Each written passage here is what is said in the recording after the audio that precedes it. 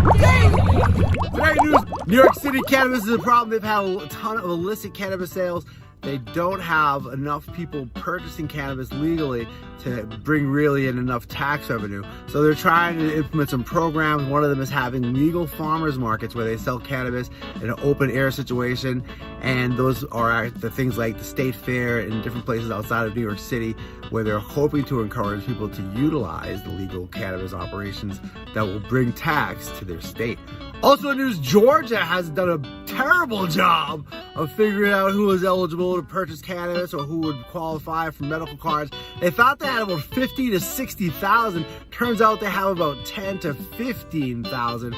Quite a number less than they anticipated. So the folks who are looking for this vast market of cannabis users aren't finding them. And Georgia now, I guess, is on top of its game with who's going to be using the cannabis. But those states down in that part of the country have a difficult time getting cannabis legislation. At least cannabis is now going to be able to be purchased to some degree, medically or whatever, with some sort of card or something in Georgia. Also news, the Veterans Administration has started a podcast. Their first episode, they were talking about looking at CBD and psychedelics to help Army folks who are dealing with PTSD and brain injury. And they're thinking that it's going to be a big deal if they can help these people using this new natural medicine.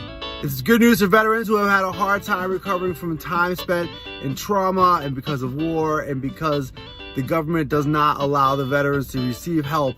They're actually been seriously disadvantaged and they should get cannabis businesses.